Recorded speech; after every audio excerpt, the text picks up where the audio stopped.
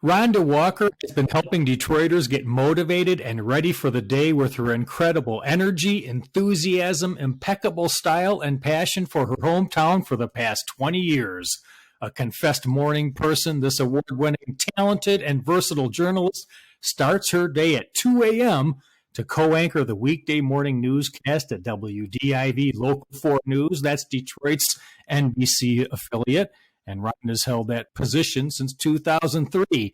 But there's a lot more we're going to help you learn about Rhonda in just a moment. Rhonda, welcome to the show. Thank you so much for having me. I'm really honored. Thank you. Great. And we'll talk a little television in a minute and some Spartan stuff, but tell us a little bit about the Rhonda Walker Foundation.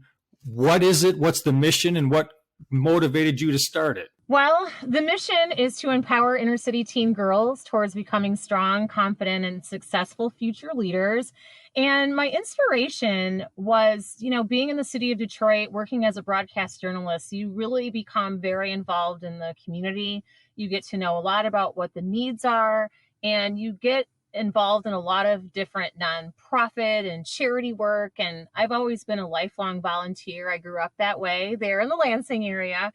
And it's just a part of who I am. So when I started to see these different needs, I just wanted to jump in and start doing more. So I started volunteering with various charities at first, and then I really honed in on wanting to work with kids specifically.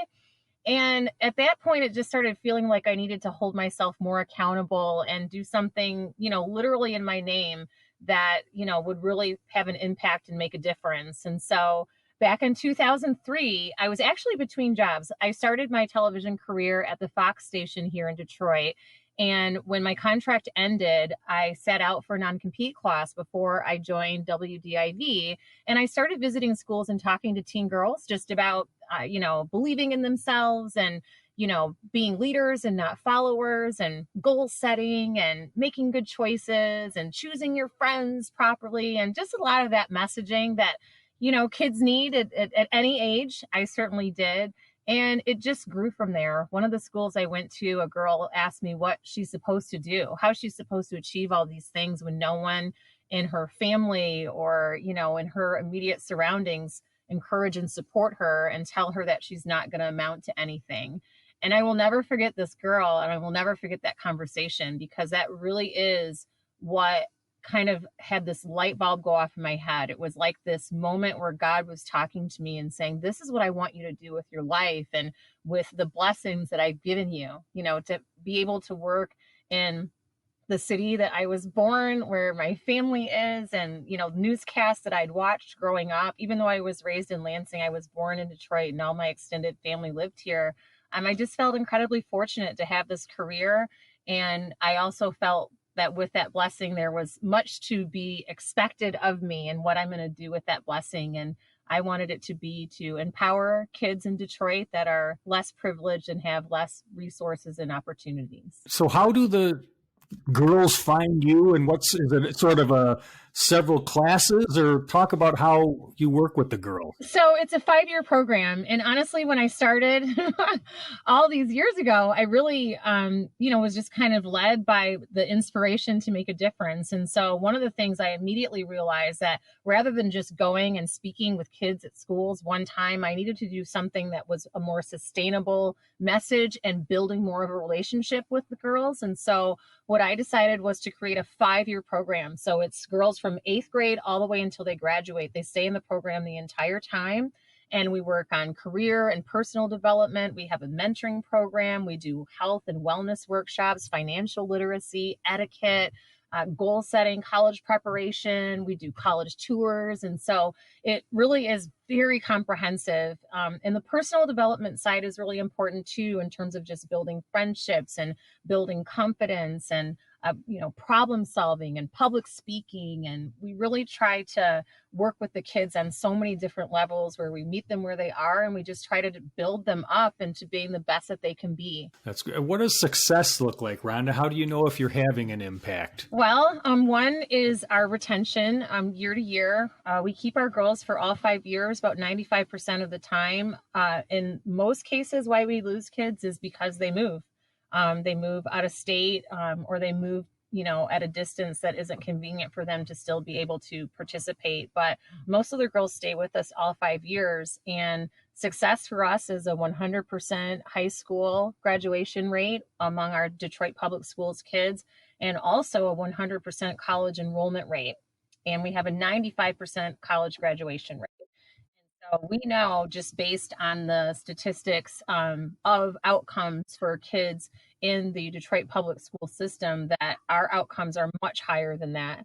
And we truly are able to make our kids college ready through the extensive college prep that we do, not just the college tours, but college application support. We also do ACT and SAT test prep courses. We have an after school tutoring program that's still happening even now remotely, but we try to provide that to all of our kids year round in all grade levels, so that even if our kids are like 3.5 students, we know that sometimes in this school system that kids still are not at college level when they arrive at school. And I know that being at Michigan State, that sometimes, just the level of education that kids are getting, even if they're a 3.5 or a 4.0 student, depending on the school, they may not be ready at college level. And so we try to make sure that our girls are. It's the Rhonda Walker Foundation. We'd encourage you to look for more at rhondawalkerfoundation.org. We're talking with the founder of the foundation, and that's Rhonda Walker from Local 4 WDIV in Detroit. And Rhonda, I'd love to pick your brain a little bit. I'm sure technology is a big part of it, but how has television news evolved over your time in it, and where do you see it going? It's like night and day from when I started. It's so much different, and technology, yes, plays a huge role. I mean, a lot of the behind the scenes people, bodies, that would be in the building in terms of camera people and technical people. A lot of things have gone to robotic, and it's a very different world, and we're just continuing to try to navigate those changes and still do what's most important, which is to investigate and provide important information and interviews and talk with leaders. And we still try to deliver the important messaging that our viewers rely on us for, but the landscape is very different. And even right now, going through this pandemic, I mean, information and accurate information and timely information is so incredibly important. And we're doing it from remote locations, which makes it a challenge. But that's when you're really thankful for the extent of what technology can enable you to do. I mean, 90% of our building, people aren't even working inside anymore. Everyone's working remotely and just kind of figuring out a way to do it. And we have done a lot of creative things to make it happen, but it's exciting. I mean, change is a part of life, and the way technology works, you have to keep up with it. And so I think it's fun. I know some of my maybe more old school and those that have been around as long as me or longer find it frustrating. And some people even get out of the business because it's so much different. It's just not the same as it used to be, is kind of the things you hear. But I love my career, and I'm just ready to kind of take whatever comes my way and continue to navigate it. Well, Rhonda Walker, based on those comments, what's your advice for some of the young people at MSU or elsewhere that might want to follow in your steps, but maybe get into this broad world of communications in some way? So I would like to share, when I was at Michigan State, I was, just this young student that aspired to be a broadcast journalist and work in television. And I really wanted to work in Detroit.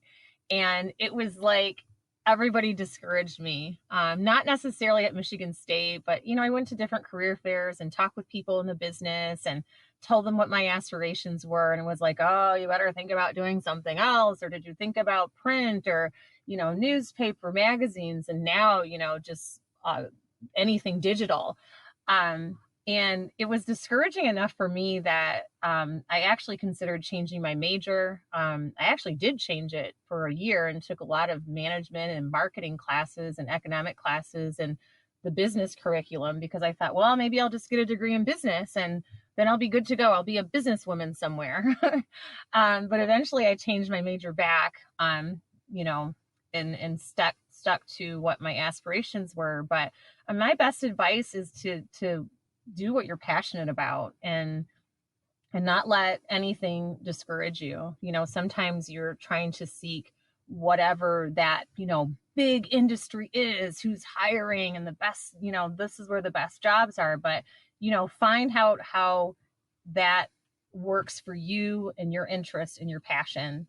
And one thing that technology does enable us to do is a lot of different things. I mean, technology is everywhere. Communication is everywhere, more so than ever before. I mean, the level of broadcasting and that's happening within corporations and businesses. I mean, there's so much more opportunity than there ever was from every single sector, from healthcare to any type of business that you can think of, where we can use our skills as writers and interviewers and storytellers and, you know, investigators. There's so many ways to use it now than I think was when I was younger. But I just, you know, want people to feel encouraged that, you know, no matter what your interest is, just to work hard to be good at it, and not allow anyone to tell you that it's crazy, and that you should go after it with passion and a hard work and a commitment and a you know, just a mindset to never give up and be distracted by what other people might tell you. Back in the day, why was MSU the right place for Rhonda Walker, and how did your experience impact you, and maybe how does it still? So let me tell you, I grew up on Michigan State's campus. I was born in Detroit. My parents moved to Lansing, East Lansing, when I was 2 years old. My dad worked for the Department of Education for the state of Michigan. He was the director of adult education. And when we arrived in East Lansing, guess where I went to nursery school?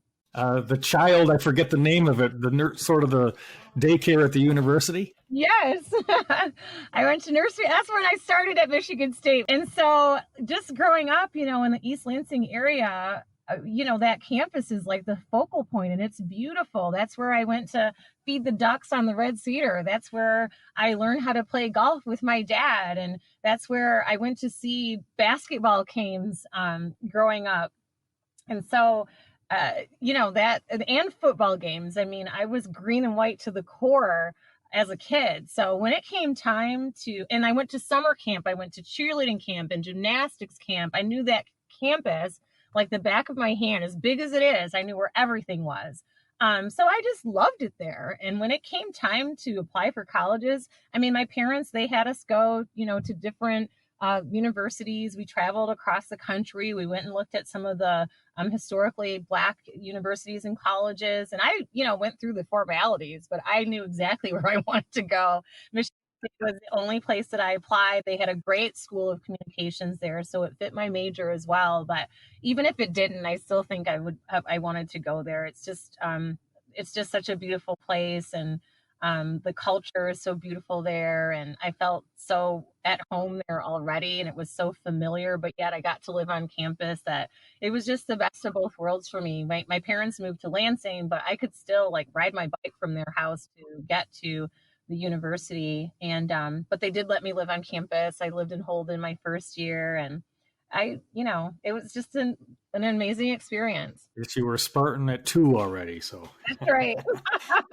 Well, Rhonda, it's been great talking with you, and you know, Spartans will summarize for us what you'd like us to know about the Rhonda Walker Foundation. You know, I just think it's important that we all remember that it's upon each of us to give back and make our communities a better place. And whatever you're passionate about, for me, it's kids and mentoring and empowering young people that are underprivileged. And so if anybody has that passion for working with teen girls and helping to empower, encourage, and build their confidence, Rhonda Walker Foundation would love to have you as a mentor and a supporter or a volunteer. But if it's not that, then it could be any other, you know, maybe you like animals, maybe you want to do something that benefits the homeless, or, you know, it can be anything, but just find something that you can do to give back in addition to whatever it is that you do as a career and for work. The most important thing to remember while we're on this earth is that we have more responsibility than just to do things for ourselves and our families, but to help others that are less fortunate. Well, and it's the Rhonda Walker Foundation at rhondawalkerfoundation.org. We've been hearing about it from its founder, Rhonda Walker of Local 4 WDIV. Rhonda, it's been great talking with you and meeting you virtually, and keep up the great work. Go Green. Thank you so much. Go White.